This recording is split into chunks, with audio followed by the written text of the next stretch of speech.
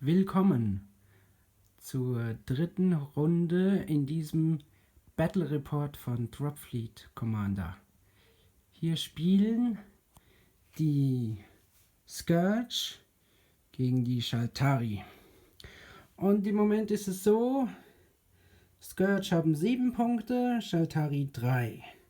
Shaltari haben 4 Schiffe verloren und Scourge 2 Schiffe. Aber Scourge haben 3 Schiffe, 3 große Schiffe, die schon mehr oder weniger demnächst vom Feld wandern werden. So gesehen ist es immer noch nicht ganz klar, wer gewinnen wird. Ja, das wird sich dann noch zeigen. Aber wirklich einem Vorteil würde ich jetzt noch niemanden in die Schuhe schieben. Die Scourge sind wohl offensichtlich im Vorteil. Wenn jetzt das Spiel abgebrochen worden wäre oder beendet, dann hätten die Scourge schon gewonnen. Starten wir mit der ersten Battle Group. Die Scourge haben eine 3, die Shaltari eine 4. Damit können die Scourge aussuchen und die Scourge entscheiden sich dafür, dass sie beginnen. Die HP-Fregatten sind hier nach vorne geflogen im Standard-Order und werden jetzt versuchen, das Emerald Mothership aus dem Spiel zu nehmen. Also Scourge sollte man wirklich nicht in seine Nähe lassen. Nach dem Angriff, der etwa ungefähr 8 Schaden verursacht, ist das Emerald Mothership Geschichte. Die Shaltari haben ihre blaue Battlegroup im Einsatz gehabt. Da sind die meisten ja schon ausgeschaltet worden. Die 2 Korvetten haben Station Keeping gemacht, dann gleich auf die Korvetten der Scourge gefeuert, eine Korvette vernichtet, die andere hat schadlos überlebt. Damit geht es schon zur nächsten Battle Group. Hier sind es bei den Scourge die Battleships mit 30 Punkten und bei den Shaltari ist es die gelbe Whitegate Mothership Gruppe. Ja, wobei natürlich das Mothership schon weg ist. Scourge darf anfangen. So, die Scourge Battleships. Das Battleship hat Weapons Free angesetzt, ist hier nach vorne, wird hier auf das Battleship der Shaltari und auf den Azeroth Cruiser Kreuzer feuern. Das Battleship, das Dragon Battleship, hat Standard Orders nach vorne gemacht, wird jetzt auf den Basalt Carrier feuern. Okay, wenn so ein Scourge Battleship Weapons Free einsetzt, dann sollte man Angst bekommen. Der Azeroth Kreuzer hat einen Schaden einstecken müssen. Die Schilde haben wirklich Wunder gewirkt, vor allem gegen kritische Treffer. Das Battleship hat leider die Schilde noch nicht oben gehabt und hat jetzt insgesamt 12 Schaden einstecken müssen und hat das Problem von Orbital Decay. Falls das nicht repariert wird, wird es sogar sowieso auf den Planeten stürzen. Also die reinste Katastrophe. Außerdem sitzt dort noch ein Torpedo. Sind sehr schlechte Aussichten für dieses Schiff. Das Dragon Battleship konnte hier auch 2 Schaden immerhin verursachen. So. Also das Mothership ist nicht mehr da. Voidgate gibt es nur noch das eine. Das ist mit der Standardaktion ein bisschen nach vorne gefahren. Close Action Weapons hat aber keinen Schaden gemacht. Der Basalt Carrier ist auch Standardaktion hier vorgefahren. Shields up. Close Action Weapons hat er dann hier in den Truppentransporter geballert und der Scourge Transporter ist weg und die Explosion hat dann auch noch die Korvette zerstört. Außerdem hat er dann mit seinen Frontwaffen hier in den Battlecruiser der Scourge geballert und konnte einen Schaden verursachen. Die dritte Battlegroup ist die 22 und die 13. So, und jetzt ist es so, dass die Shaltari sagen, dass Shaltari anfangen. So, die 3 Void Gates hatten den Order Station Keeping Die Azurite Cruiser haben Standard-Orders ausgeführt und werden beide mit ihren Frontwaffen jetzt auf den Battlecruiser der Scourge ballern. So, mir ist noch was eingefallen. Da in der Atmosphäre sowieso nur die Scanreichweite des Gegners zählt, wäre es für Shaltari-Spieler eigentlich immer sehr logisch, sobald ein Void Gate in der Atmosphäre ist, dass es seine Schilde anhat, weil das dadurch natürlich viel bessere Überlebenschancen hat. Das ist so eine Erkenntnis am Rande. Jedenfalls, die Azurite-Kreuzer haben versucht, mit Nahkampfwaffen hier bei den Harpien Schaden zu machen. Das ist ihnen nicht gelungen. Die Hauptbewaffnung hat hier allerdings gewütet und konnte 3 Schaden verursachen. Ergänzend wurde hier noch ein Schaden von, ich weiß gar nicht, von einem Void Gate, glaube ich, verursacht. Ja, das Void Gate war nahe genug.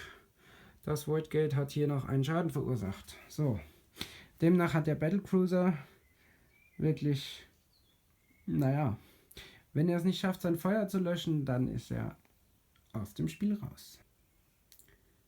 Die Shaltari machen ihren Namen allen Ehren und spielen sehr offensiv weiter. Die Skylla-Fregatten sind hier nach vorne gecruised im Standard-Order, haben in die Atmosphäre gewechselt und werden jetzt das Mothership unter Beschuss nehmen. Das Manticore Battleship hat auch einen Standard-Order gemacht und wird sich hier noch seine Ziele aussuchen. Das schon sehr angeschlagene andere Battleship, der Scourge, das ist jetzt eigentlich, hat den Befehl Weapons Free ausgeführt. Nach vorne und wird sich jetzt auch hier seine Ziele suchen. Ja, mal sehen, was das alles gibt. So, also. Die Skylla-Fregatten konnten dem Mothership einen Schaden zufügen. Das Battleship konnte dem Battleship hier 2 Schaden zufügen und dem Basalt Carrier 4 Schaden. Also das hat ordentlich gut reingehauen. Das hier, trotz Weapons Free oder mit Weapons Free, konnte es hier dem Jet Cruiser 5 Schaden zufügen, was auch nicht gerade schlecht ist. Ab in die 4. Runde. Die Scourge haben eine 6. Und die Shaltari haben eine 22. So. Tja, bei der Scourge-Gruppe ist gar nicht mal mehr so viel da. Trotzdem, die Scourge entscheiden sich dafür, dass Scourge anfangen darf. So. Der Scourge Strike Carrier hat einen Curse Change angesetzt und ist in Low Orbit gewechselt. Die Korvetten sind etwas vor und haben dann das Void Gate in der Luft zerrissen. Das war wirklich sehr effektiv, die Auslöschung dieses Void Gates. So. Die Opal-Fregatten, die hier waren, sind hier nach vorne gezogen. Weiterhin in der Reichweite, um den Battleship hier Deckung zu geben. Der Battlecruiser ist hier auch nach vorne gezogen und wird jetzt gleich auf den Strike Carrier feuern. Übrigens, die 2 Opal-Fregatten haben schon gefeuert mit Close Action Weapons auf die 2 und die konnte hier einen Schaden verursachen und auch da einen Schaden. Das Jet Heavy Cruiser Ship von den Shaltari ist hier nach vorne gefahren und wird jetzt hier die Ground Tokens bombardieren. Ja, jetzt wird es langsam wirklich kritisch. Das Adamant Battleship der Shaltari konnte hier den Strike Carrier der Scourge auslöschen. Und das Jet Cruiser Ship hat es geschafft, dem Militärkomplex 2 Schaden zu machen und dem Hydra Carrier auch. Ground-Truppen sind allerdings noch nicht zu Schaden gekommen. Die nächsten Gruppen sind 15 Punkte bei den Scourge. Und die Battleships der Shaltari. Und die Shaltari entscheiden sich dafür, dass sie anfangen. Quatsch. Die Scourge dürfen wählen und die Scourge entscheiden sich dafür, dass sie anfangen dürfen. Das allerletzte Truppenschiff der Scourge ist von hier mit Max Trust Orders nach hier hinten gepusht. Es hat aber genug Abstand, um jetzt später hier Truppen anlanden zu können. Falls es diese Runde überlebt. Es hat noch 2, 4, 6, 8. Ja, es kann noch ein bisschen Schaden einstecken, aber nicht mehr viel. So. Das Battleship der Shaltari ist in einer Standardorder hier vorgeflogen und hat seine Schilde eingeschaltet. Das Battleship, der Super Carrier, hat ein Station Keeping Order ausgeführt und sich dann etwas gedreht, um nachher das Flaggschiff der Scourge unter Beschuss zu nehmen. So, das war wirklich eine sehr ergiebige Schussrunde für die Shaltari. Der Super Carrier hat auf das Battleship der Scourge geschossen und konnte 4 Schaden verursachen. Und das andere Battleship der Shaltari hat auf den Carrier geschossen und dieser Carrier hatte noch 0 Schaden. Der hat jetzt sage und schreibe 8 Schaden abbekommen und die Panzerung wurde komplett zerstört. Er kann seine Panzerung nicht mehr einsetzen. Ich hatte noch die Nahkampfwaffen von dem Battleship vergessen. Es hat versucht, hier auf den Fregatten Schaden zu machen. Hier konnte es tatsächlich einen Schaden verursachen. Das Battleship hat auch versucht, mit seinen Nahkampfwaffen hier Schaden zu verursachen, konnte das aber nicht. Die letzte Battle Group. Scourge 15 Punkte. Shaltari 18 Punkte. Und die Scourge entscheiden sich dafür, dass sie anfangen. Scourge versucht mal eine neue Taktik. Da ja Shaltari so viele Frontwaffen hat, sind die ganzen Carrier des Scourge jetzt so weit wie möglich nach vorne geflogen, um hier so die Shaltari dazu zu zwingen oder davon abzuhalten, dass sie ihre Frontwaffen weiterhin auf irgendwelche Scourge-Schiffe einsetzen können. Die 2 Carrier werden jetzt auch auf das Mothership feuern und dieser Carrier wird hier auf diesen Shaltari-Kreuzer feuern. Der Carrier konnte hier 2 Schaden verursachen. Der Carrier konnte hier 2 Schaden verursachen. Der Carrier hatte da jetzt gar nichts geschafft, aber hier konnte er immerhin noch einen Schaden mit der Nahkampfwaffe verursachen. Also, der Granite-Kreuzer hat Station Keeping gemacht, sich ausgerichtet und wird nachher auf das Battleship feuern. Der Granite-Kreuzer hat Station Keeping gemacht, sich ausgerichtet und wird auf den Battleship feuern. Das Mothership hat Station Keeping gemacht, sich ausgerichtet und wird auf den Carrier feuern. Das Voidgate hat Station Keeping gemacht und sonst nicht viel mehr. Das Voidgate hat den Standardorder gemacht und ist jetzt in der Reichweite, um Truppen anlanden zu können. Das Voidgate ist hier nach vorne geflogen mit Standardorders in den Low Orbit. Mal schauen, ob das auch etwas gebracht hat. Ja. Okay, meine erste Riesenexplosion. Der Granite Cruiser konnte hier 2 Damage verursachen. Der Cruiser hat das nicht geschafft.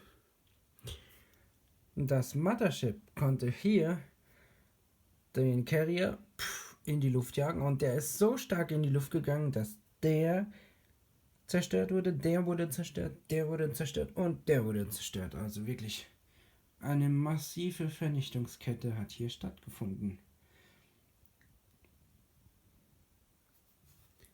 Mir ist eben aufgefallen, dass ich vergessen hatte, die Torpedos abzuhandeln. Der Torpedo hier konnte die Schilde nicht durchbrechen. Genau genommen wurden die Schilde ja auch noch von der Opal-Fregatte verstärkt und deshalb hat es der Torpedo nicht geschafft, Schaden zu verursachen. Dieser Torpedo hat eingeschlagen wie eine Bombe und dabei Feuer verursacht. Da das Schiff gekrippelt ist, nochmal Feuer, also doppeltes Feuer. Und ja, mal sehen, wie lange das dann noch durchhält, der Super Carrier. Wie wir vorhin gesehen haben, Schiffe, die schon fast am Auseinanderfallen sind, einfach in die Gegner reinschicken. Wenn sie dort dann explodieren, nehmen sie noch etliche Feinde mit. Die Kamikaze-Taktik scheint wirklich gut aufzugehen. Damit sehen wir hier das Schlachtfeld oder eher das Gemetzel am Ende der 3. Runde. Jetzt kommen dann gleich noch die Launcher-Sets zum Einsatz und dann sehen wir mal, was noch übrig bleibt. Ob das ausreicht, dass wir hier noch bis zur 6. Runde kommen, bin ich jetzt nicht überzeugt von. Die Shaltari haben hier schon 8 Schiffe verloren und die Scourge haben mittlerweile auch schon 9 Schiffe verloren. Also wirklich herbe Verluste auf beiden Seiten. Hier jetzt noch die Entscheidung, wer muss bei den Launcher-Sets beginnen? Shaltari und Scourge. Also, die Shaltari müssen bei den Launcher-Sets beginnen. So, Fighter, Bomber, Torpedos, alles platziert. Das Battleship hat seinen Torpedo auf das Mothership abgefeuert. Der Basalt Carrier hat seine Bomber hier auf die Hydra-Fregatten geschickt. Der Super Carrier hat seine Bomber auf das verbliebene Troopship der Scourge geschickt. Und der Carrier, die haben ihre Fighterverbände hier für den Support des Scourge Troopships geschickt. Diese Szene hier wird sofort ausgelöst, also jetzt abgehandelt. Das ist später. Und dann sind hier noch 3 Bomber auf das Void Gate geschickt worden. Das wird auch jetzt abgehandelt. Das war wieder einer dieser sagenumwobenen, spielentscheidenden Bomber gegen Fighter-Schlachten.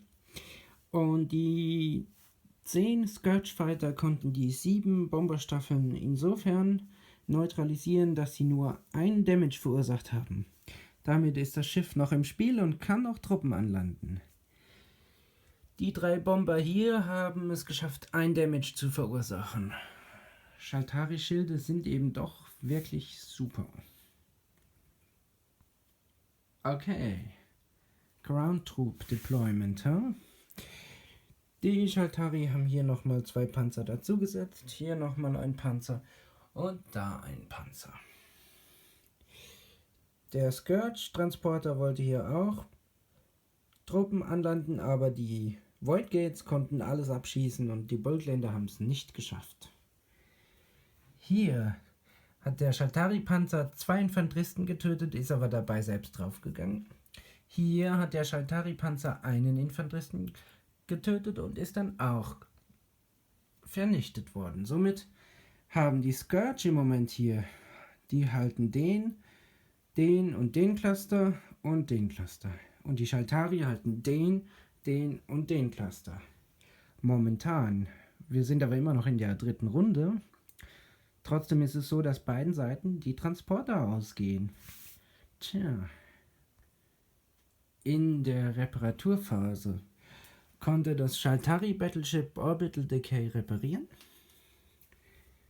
Das Shaltari Super Carrier Schiff konnte das Feuer nicht löschen, das Feuer der Torpedos von den Scourge auch nicht und hat nochmal ein extra Feuer. Das hat 3 Feuer auf sich, was durchaus relativ schlecht ist. Der Basalt Carrier konnte Orbital Decay nicht reparieren und ist deswegen einfach in der Atmosphäre verbrannt. So, Points für Critical Locations. Hier bekommt die Scourge einen Punkt. Auch wiederum die Scourge. Hier bekommt die Shaltari. Und hier bekommt die Shaltari. Und da bekommt niemand. Das heißt also Chaltari plus 3, Scourge plus 2.